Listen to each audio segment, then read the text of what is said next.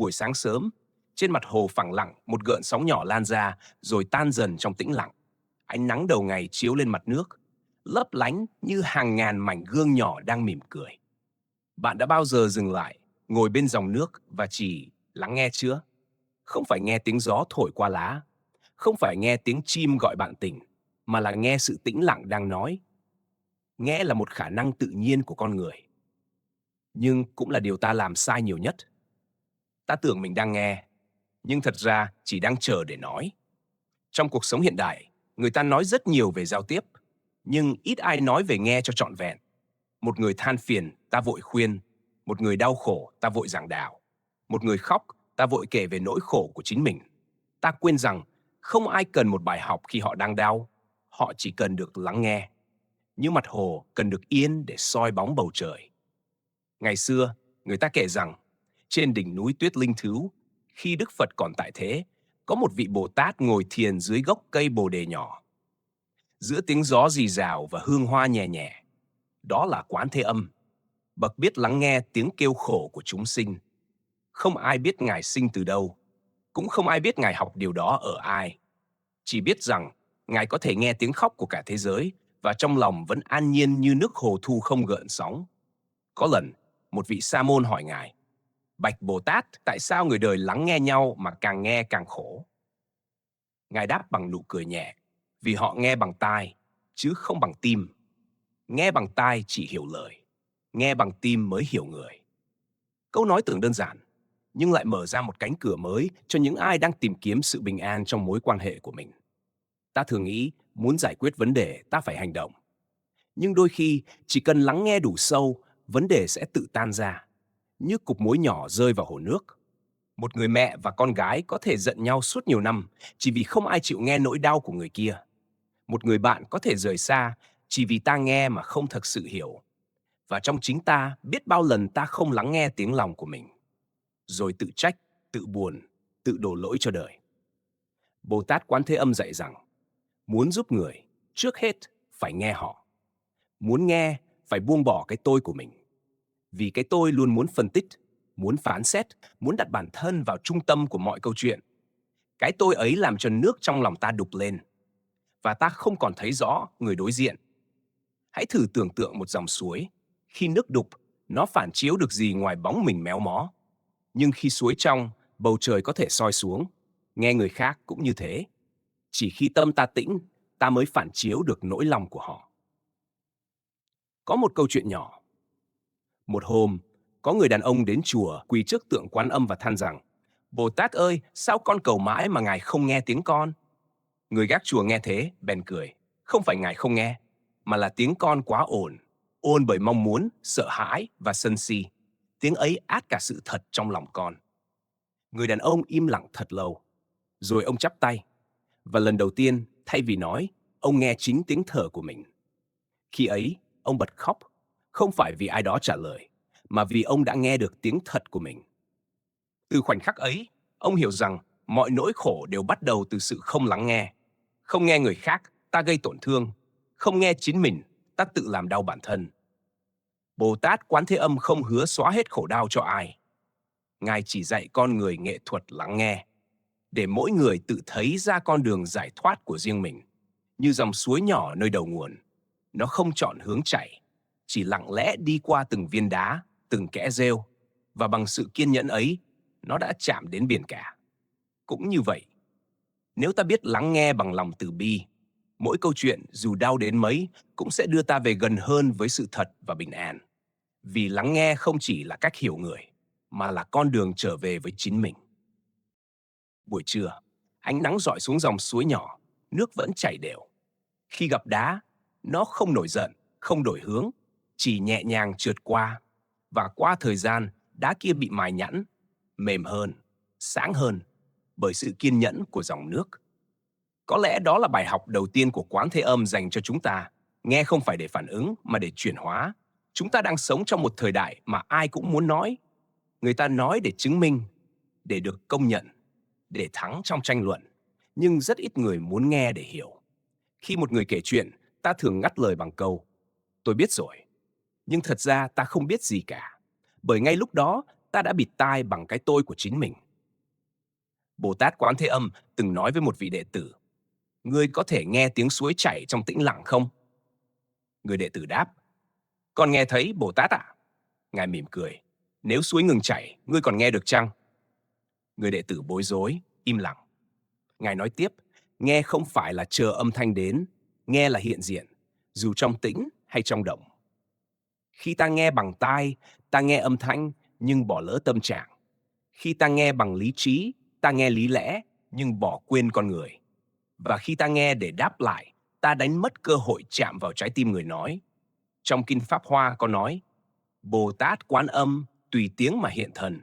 Nghĩa là Ngài không chỉ nghe tiếng nói, Ngài nghe ý nghĩa bên trong nỗi khổ ấy, rồi hóa thân thành hình dạng phù hợp để giúp họ vượt qua. Người đau mất mát, Ngài là mẹ hiền vỗ về. Người lạc lối, Ngài là ánh sáng trên biển. Người sân hận, Ngài là giọt nước mát dập tắt ngọn lửa tầm. Ngài không cần lời xin, chỉ cần một âm vang thật lòng, Ngài đã nghe được. Trong cuộc sống, nhiều khi ta cũng giống như nước gặp đá. Người khác nói đều làm ta khó chịu. Bản năng đầu tiên là phản ứng, như sóng đập vào bờ, nhưng phản ứng không làm ta mạnh hơn. Chỉ làm tâm ta vỡ ra như bọt nước. Nếu ta học được cách chạy qua như nước, ta không cần thắng thua. Ta chỉ cần hiểu. Và trong sự hiểu ấy, một điều kỳ diệu xảy ra. Tâm ta nhẹ, và người kia cũng dịu lại. Có một thiền sư kể rằng, một hôm, có người đến chửi mắng ông suốt 3 giờ liền.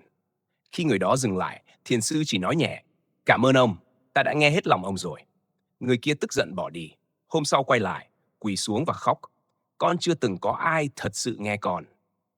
Lúc ấy, thiền sư nhìn dòng suối gần đó và nói, ông thấy không, suối không nói gì, nhưng nó rửa sạch mọi bụi trần. Bồ Tát Quán Âm không chọn lọc âm thanh dễ chịu để nghe. Ngài nghe tất cả. Tiếng khóc, tiếng chửi, tiếng cầu cứu và cả tiếng im lặng của người đã mất niềm tin. Bởi với Ngài, mọi tiếng đều là tiếng của tâm. Nếu ta nghe bằng tai, ta chỉ biết âm thanh. Nếu ta nghe bằng tâm, ta hiểu nguồn cơn của khổ đau. Cho mỗi chúng ta đều có một quán âm nhỏ bé. Mỗi khi ta thật sự lắng nghe ai đó mà không phán xét, Bồ Tát trong lòng ta đang thức dậy. Nghe một người đang giận dữ, đừng hỏi vì sao. Hãy hỏi, trong cơn giận đó anh đang sợ điều gì? Nghe một người đang buồn, đừng bảo, đừng buồn nữa. Hãy nói, tôi ở đây, tôi nghe anh. Chỉ một câu nói ấy đôi khi cứu được một trái tim khỏi cô đơn. Lắng nghe thật sự không dễ, vì nó đòi hỏi ta phải trống rỗng. Khi tâm ta đầy suy nghĩ, đầy định kiến, đầy lý lẽ, thì không còn chỗ cho người khác bước vào. Như chiếc ly nước đầy, dù thêm một giọt cũng sẽ tràn ra. Nghe bằng lòng trống, nghe bằng sự khiêm nhường, ta mới thật sự nghe bằng tâm. Có người từng hỏi, thưa Bồ Tát, nếu con lắng nghe hết nỗi khổ của thế gian, liệu con có bị cuốn vào khổ không? Ngài đáp, nếu con là nước, con không thể bị lửa thiêu. Nếu con lắng nghe bằng lòng từ, khổ đau của người khác chỉ là sóng nhỏ, sẽ tan ra trong đại dương thấu hiểu của con. Lắng nghe không phải là gánh khổ, mà là chuyển hóa khổ. Nghe mà không dính mắc, hiểu mà không phán xét. Đó chính là con đường của từ bi. Bồ Tát Quan Âm không cứu người bằng phép lạ, Ngài cứu bằng trí tuệ của hiểu biết. Thứ trí tuệ có thể làm mềm những tâm hồn khô cứng nhất. Nếu mỗi người biết nghe nhau một chút, thế giới này đã yên bình hơn rất nhiều. Một quốc gia, một gia đình hay một trái tim, tất cả đều có thể tan vỡ nếu không ai chịu nghe ai.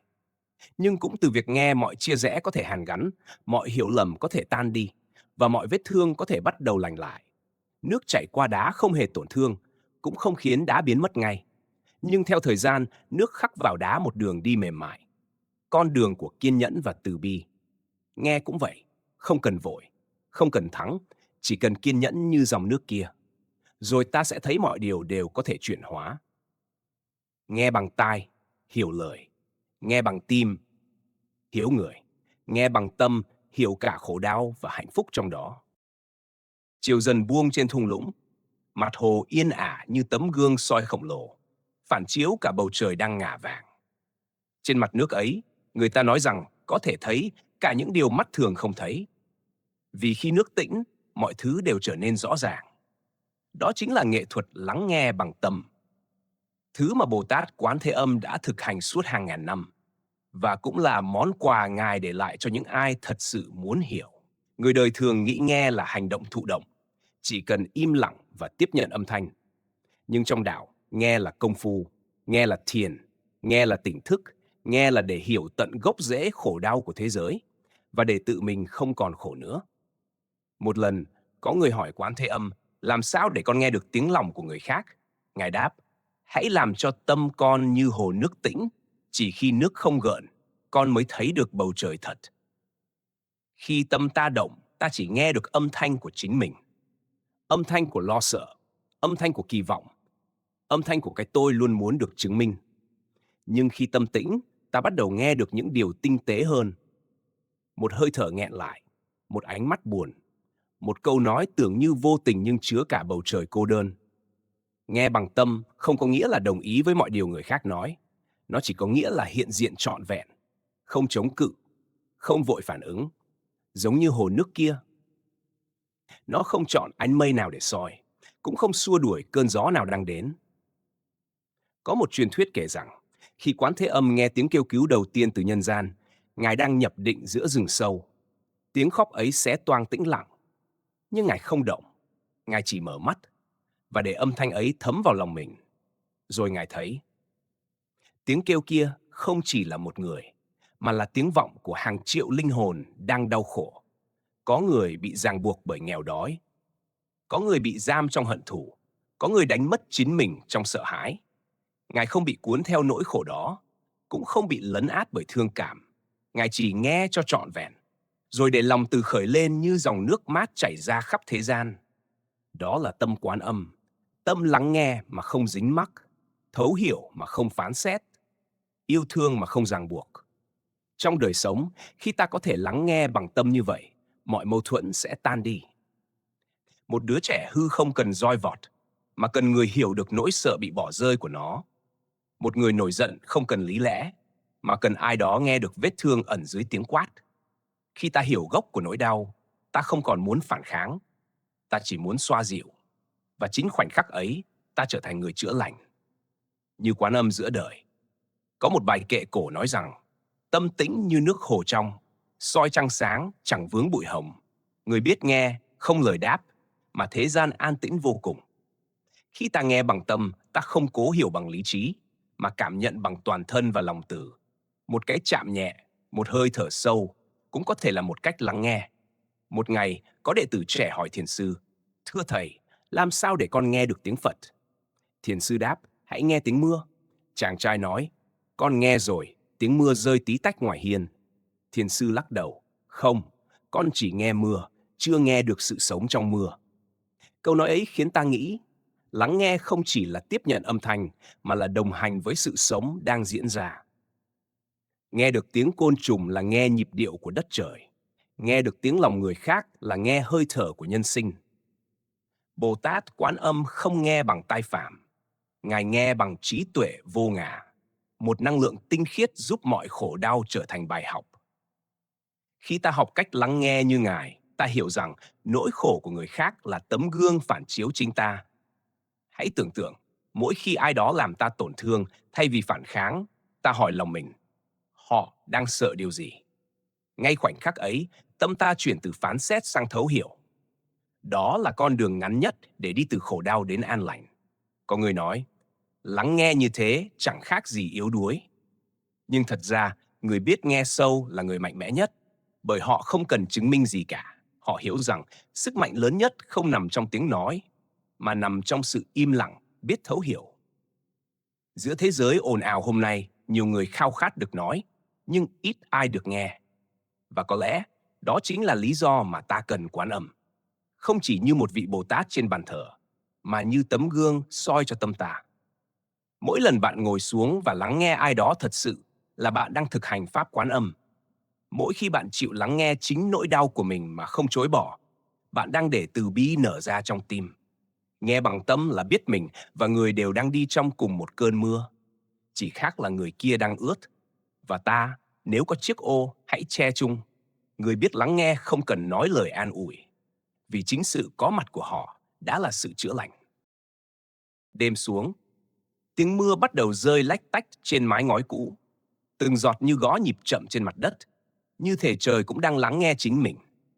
Trong ánh sáng yếu ớt của ngọn đèn dầu, một người ngồi im, hai tay chắp lại, lặng lẽ nghe tiếng mưa rơi qua cửa sổ. Không ai biết người đó đang nghĩ gì, chỉ thấy đôi mắt hơi nhắm, môi khẽ mỉm cười, một nụ cười vừa buồn vừa thanh thản. Đó là hình ảnh của Bồ Tát Quán Thế Âm, khi Ngài quay lại lắng nghe chính nỗi khổ trong lòng mình. Bởi chỉ ai hiểu nỗi đau của mình mới thật sự hiểu được nỗi đau của người khác. Con người thường dễ cảm thông cho người khác, nhưng lại tàn nhẫn với chính bản thân. Ta sẵn sàng an ủi người đang gục ngã, nhưng lại mắng mình khi yếu lòng. Ta dễ nói lời tử tế với người lạ, nhưng quên nói nhẹ với chính trái tim đang rướm máu của mình. Ta muốn lắng nghe thế giới, nhưng lại sợ lắng nghe sự thật bên trong, bởi trong lòng ta có quá nhiều tiếng nói. Tiếng của hối hận, tiếng của tổn thương, tiếng của những giá như không bao giờ thành hiện thực. Và giữa hàng trăm tiếng ồn ấy, ta đánh mất tiếng nói thật của linh hồn mình. Người xưa dạy, muốn hiểu người, trước hết phải hiểu mình. Quán Thế Âm lắng nghe muôn tiếng khổ của chúng sinh, nhưng không phải để gánh lấy, mà để soi thấy trong đó một phần phản chiếu của chính Ngài. Bởi mỗi nỗi khổ ta nghe được ở người khác chỉ có thể chạm đến ta nếu nó từng hiện diện trong chính ta. Có một câu chuyện kể rằng, một người trẻ tìm đến chùa, cúi đầu nói với vị thiền sư, con khổ quá, con cảm thấy mình không đáng được yêu. Thiền sư mỉm cười và nói, hãy ngồi xuống, đừng nói gì cả, hãy nghe tiếng mưa. Người trẻ nghe trong 5 phút, rồi 10 phút, rồi nửa giờ. Cuối cùng anh bật khóc. Thiền sư hỏi, con nghe thấy gì? Anh đáp, con nghe tiếng mưa và con nghe thấy trái tim con đang dịu lại. Trong khoảnh khắc ấy, anh hiểu ra, chính mình cũng cần được lắng nghe, không phải bởi ai khác, mà bởi chính mình. Bồ Tát Quan Âm từng trải qua hàng ngàn kiếp hóa thân. Mỗi kiếp là một hành trình nghe, hiểu và buông. Ngài nghe tiếng khóc của thế gian, nhưng cũng nghe tiếng vọng của bản ngã đang cố níu kéo. Chỉ khi buông đi cái muốn cứu, Ngài mới thật sự cứu được. Đó là điều sâu sắc nhất trong Pháp Quán Âm. Lắng nghe không phải để nắm giữ, mà để thanh lọc. Giống như mưa, rơi xuống không để thấm mãi vào đất, mà để rửa sạch bụi bặm, rồi trở lại trời xanh. Trong cuộc đời ta cũng vậy. Ta mang trong mình bao nhiêu bụi, bụi của oán giận, bụi của ganh ghét, bụi của sợ hãi, bụi của những ký ức ta tưởng đã quên nhưng vẫn in đậm trong tim. Ta muốn thanh tẩy chúng bằng hành động, bằng thay đổi, bằng trốn chạy. Nhưng thật ra, chỉ cần một cơn mưa của chánh niệm và lắng nghe, mọi thứ sẽ được cột sạch dần. Có những vết thương không cần ai chạm vào. Chỉ cần ta đủ can đảm để ngồi yên và lắng nghe, nó sẽ tự mềm ra như đất gặp mưa. Đó là sức mạnh của nghe chính mình, một sức mạnh không ồn ào, nhưng đủ để chữa lành những điều tưởng như không thể. Bồ Tát Quan Âm không dạy con người cách trốn khỏi nỗi khổ. Ngài dạy cách đi xuyên qua nó bằng sự lắng nghe sâu. Nghe để hiểu, hiểu để thương và thương để buông. Mỗi khi ta ngồi yên, đặt tay lên ngực và nghe tiếng tim đập, ta đang nghe hơi thở của sự sống, thứ mà ta thường quên mất giữa muôn tiếng ồn của thế giới. Một vị tăng trẻ từng hỏi, Bồ Tát ơi, khi con lắng nghe nỗi khổ của mình, con thấy nó to như đại dương. Con sợ con sẽ bị nhấn chìm mất. Ngài nói, đừng sợ, vì nếu con là nước, con không thể bị nước nhấn chìm. Hãy nhớ, con chính là biển cả, chỉ có sóng đang động mà thôi. Câu nói ấy tưởng như nghịch lý, nhưng lại là chìa khóa của tự do nội tâm. Ta không cần chiến thắng nỗi khổ, chỉ cần thấu hiểu nó. Khi hiểu, khổ tan, như nước và mưa. Cùng bản chất, chỉ khác hình. Lắng nghe chính mình là hành trình cô độc, nhưng là con đường duy nhất dẫn đến bình an thật sự. Vì khi ta không còn sợ nghe chính nỗi đau của mình, ta cũng không còn sợ ai làm tổn thương ta nữa. Khi đó, lòng từ bi của ta trở nên bao la như biển. Không gì có thể làm đục được. Cũng như đêm nay, khi mưa rơi và hòa vào hồ nước, không ai biết giọt nào là mưa, giọt nào là suối. Mọi thứ tan hỏa, trong, nhẹ, yên. Đó chính là hình ảnh của tâm được lắng nghe trọn vẹn, nơi không còn phân chia giữa ta và người, giữa đau khổ và bình an. Nếu bạn đang mang trong lòng một nỗi mệt mỏi, hãy thử ngồi xuống, đặt tay lên tim và nói thật khẽ, tôi nghe bạn. Chỉ bấy nhiêu thôi, đủ để trái tim bạn cảm thấy được nhìn thấy, được thấu hiểu. Và khi đó, mọi khổ đau bắt đầu tan ra như sương gặp nắng. Khi ta biết lắng nghe chính mình, ta không còn sợ nỗi cô đơn. Bởi trong tĩnh lặng, ta gặp lại chính linh hồn đã bị bỏ quên bấy lâu. Bình minh trở lại sau đêm mưa, những giọt nước còn đọng trên lá, long lanh như những viên ngọc nhỏ được trời ban. Không gian tĩnh lặng, chỉ còn tiếng gió nhẹ lướt qua mặt hồ, và đâu đó vang lên âm thanh rất khẽ. Tiếng của sự bình an sau bão giông. Khi nước và mưa đã hòa làm một, ta không còn biết đâu là bắt đầu, đâu là kết thúc. Cũng như khi thấu hiểu trở thành lòng từ bi, ta không còn phân biệt giữa người cho và người nhận, giữa người nói và người nghe, giữa khổ đau và chữa lành. Người ta kể rằng, khi Quán Thế Âm đạt đến cảnh giới cuối cùng của lắng nghe trọn vẹn, Ngài không còn nghe âm thanh của khổ đau, mà nghe được âm thanh của sự im lặng trong khổ đau ấy. Bởi nơi nào có hiểu, nơi đó khổ đau không còn chỗ trú ngụ. Trong ngôn ngữ Phật học, đó được gọi là đại bi. Một lòng thương vô lượng sinh ra từ sự hiểu biết thấu suốt bản chất của đời sống. Có một lần, một đệ tử hỏi Quán Âm, thưa Bồ Tát, làm sao để con thương người mà không khổ? Ngài mỉm cười, con khổ vì con muốn thương theo cách của mình. Hãy để lòng thương như nước, nó không chọn nơi để chảy, nó chỉ chảy, và ở đâu cũng mang sự mát lành. Từ bi không phải là thương hại, từ bi là hiểu sâu. Và khi đã hiểu sâu, ta không còn giận, không còn oán, chỉ còn một niềm thương rất yên. Những dòng sông, dù bắt đầu từ đâu, cuối cùng đều chảy về biển cả. Bởi nước không sợ mất mình khi hòa vào nước lớn. Ngược lại, nó trở nên bao la hơn, sâu hơn, và có thể ôm trọn cả thế giới trong lòng. Cũng như khi tâm ta đủ hiểu, ta không còn sợ bị tổn thương. Vì ta biết rằng mỗi người, mỗi sự kiện, mỗi nỗi đau đều là một giọt nước trong hành trình trở về đại dương của lòng từ bi. Trong một buổi thiền định, các đệ tử hỏi Đức Phật, Bạch Thế Tôn, tại sao trong vô số Bồ Tát, Ngài chọn Quán Thế Âm làm biểu tượng của lòng từ?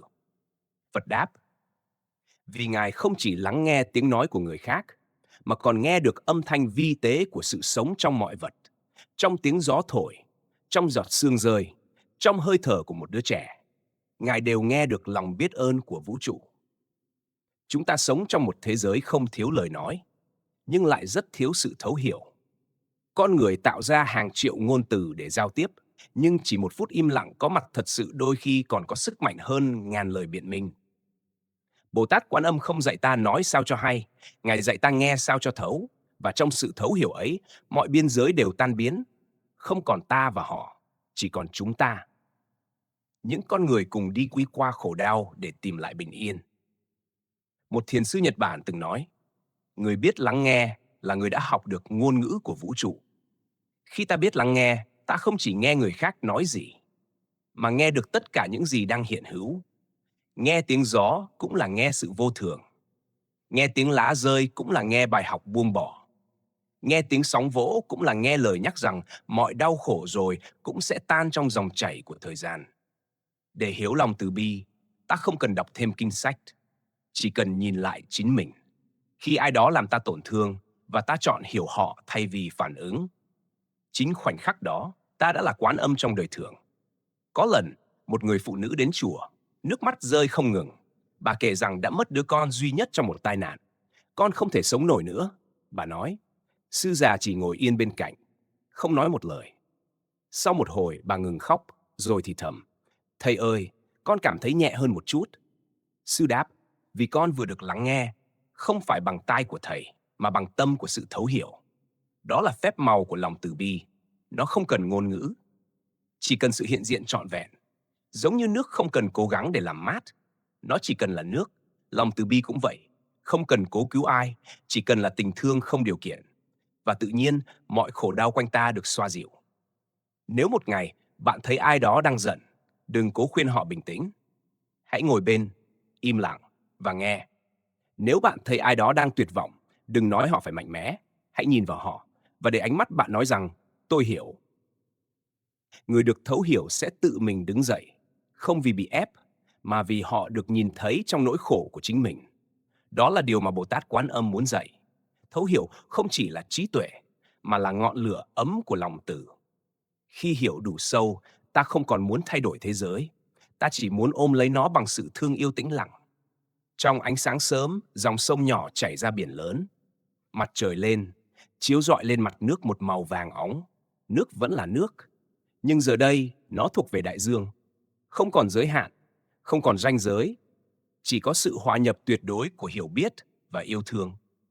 Nếu trong lòng ta có thể đạt đến sự tĩnh lặng ấy, mọi tiếng ồn đời thường đều trở nên êm dịu. Không phải vì thế giới bớt ồn, mà vì tâm ta đã trở nên rộng như biển cả. Khi ta lắng nghe thế gian bằng lòng từ, mọi nỗi khổ trở thành tiếng hát của sự thức tỉnh. Và nếu hôm nay bạn cảm thấy mệt mỏi, hãy để cho tâm mình trôi theo dòng sông ấy, dòng sông của lắng nghe, của thấu hiểu và của lòng từ bi đang chảy không ngừng qua mọi sinh linh. Cảm ơn bạn đã ở lại đến giây phút cuối cùng của câu chuyện này. Nếu lời dạy của Bồ Tát Quán Thế Âm khiến lòng bạn lắng lại đôi chút, hãy chia sẻ nó như một làn nước mát đến ai đang cần được xoa dịu. Và nhớ đăng ký kênh Tri Thức Cổ Kim để mỗi ngày ta lại cùng nhau học cách lắng nghe, thấu hiểu và sống sâu hơn với chính mình.